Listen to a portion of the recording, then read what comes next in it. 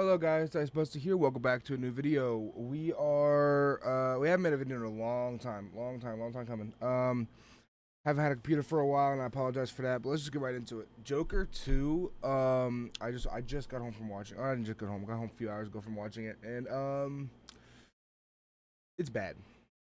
Um I didn't know that they could fail with a sequel, like with this kind of sequel. The first one was so good. The first one was a damn near masterpiece, if not a complete masterpiece, right? It feels like they had such an easy bag, and they just fucked it. Yeah, let me start off with some things. I am gonna get into spoilers now. Just know if you don't want spoilers. I mean, I don't know who the fuck's going to see this dog shit movie. Apparently, it's doing worse than Morbius. Um, which is saying something. But yeah, guys, just so you know, spoiler alert, you have been warned. All right. I'm gonna start off with some things I did like, because there's not many things. There was a scene where the Joker, they're in court, right? And the Joker's imagining this thing in his head, the scenario where he beats the fuck out of two people in the courtroom. I think it's the prosecutor and the judge. I know he beats the shit out of a judge. He grabs the gavel and just boom, boom, in his fucking cranium, bro. It was I loved it. It was insane.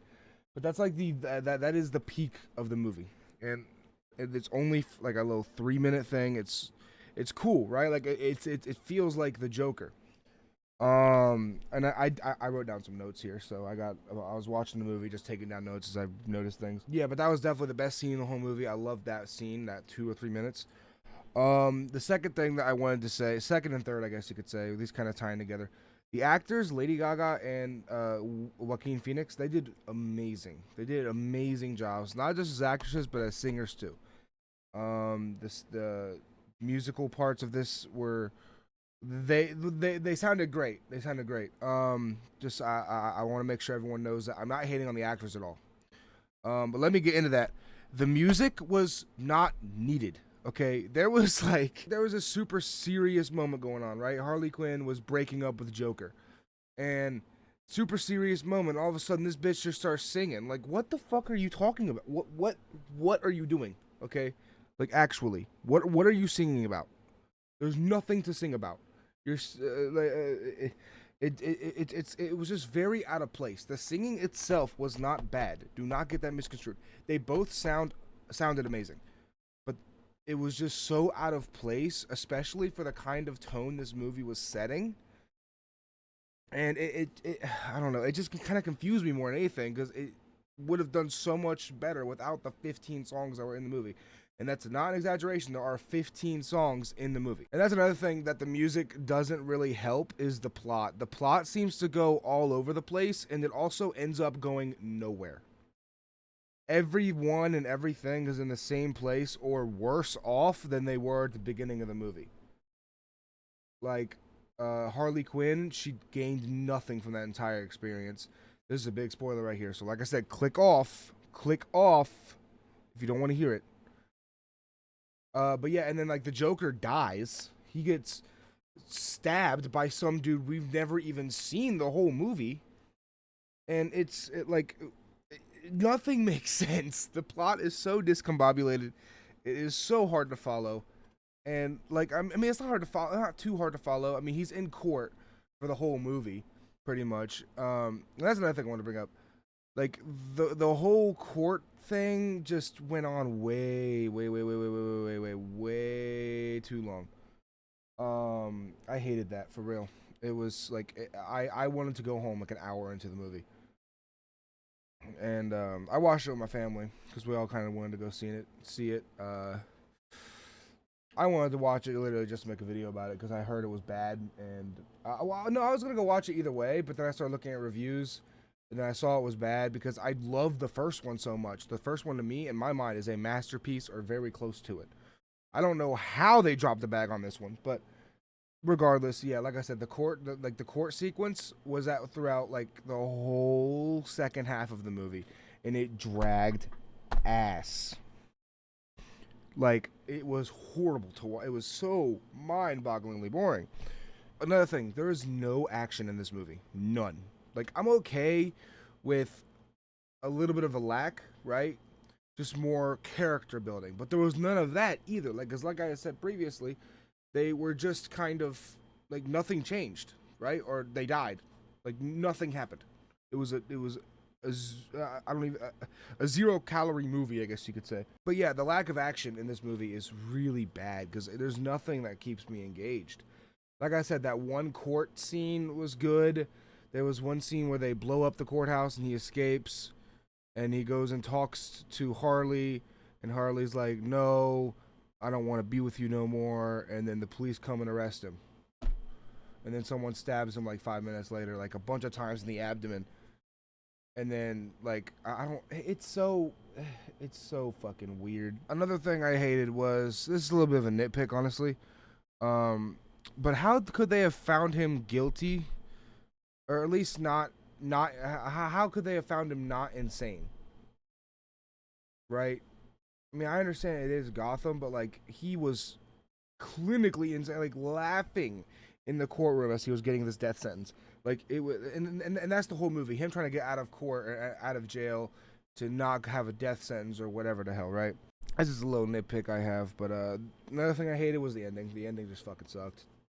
Nothing made sense about that. Some guy we've never seen before throughout the entirety of the film just comes in, says, "Hey, you want to hear a joke?" And he tells some stupid ass joke and ends it with, "You get what you fucking deserve," which is what the Joker obviously ended Murray's life in the first movie with. And then he stabs him a bunch of fucking times, and then it just slowly pans out to him with him laying on the floor dead. And then roll credits. That's it. And I hated that so much. It deserved so much more. Oh yeah, another thing I hated: moments that are supposed to be super hard hitting don't hit at all, because every time it happens, it's followed by some song that is just not needed. It doesn't. It doesn't compute with me why they wanted to make this musical. Besides the fact that Lady Gaga's in here, she can act on her own. We've seen that before. Lady Gaga can be an actress without being a singer. Like it doesn't. It's so confusing to me what happened with this movie. I'm passionate about it, man, because I love the first one, and the second one just flopped. Another little nitpick I have is at the very beginning of the movie. Um, there's like animated sequence that I didn't think added anything at all. It doesn't set the tone for the movie, because after that, because it's super goofy, funny, little like it's set up like a old style animation, like Betty Boop or some shit, right? And and then it like I thought that was setting the tone. Like I thought this could be a goofier movie, and it wasn't. It completely flipped the tone once that ended, and it went super serious for the rest of the movie.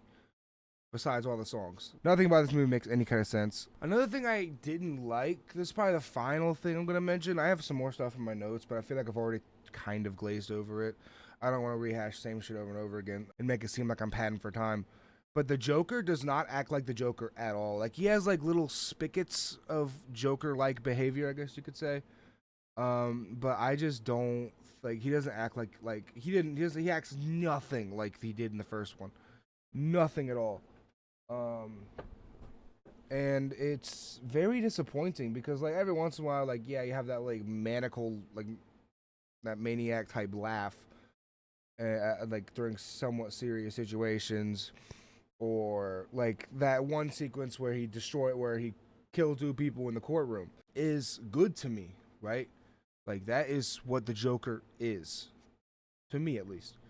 And they only showed that part of him for max 3 or 4 minutes out of 2 hours of the film.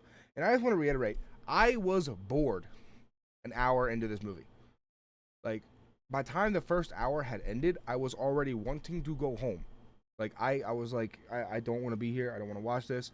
It just, I don't want to be here right now.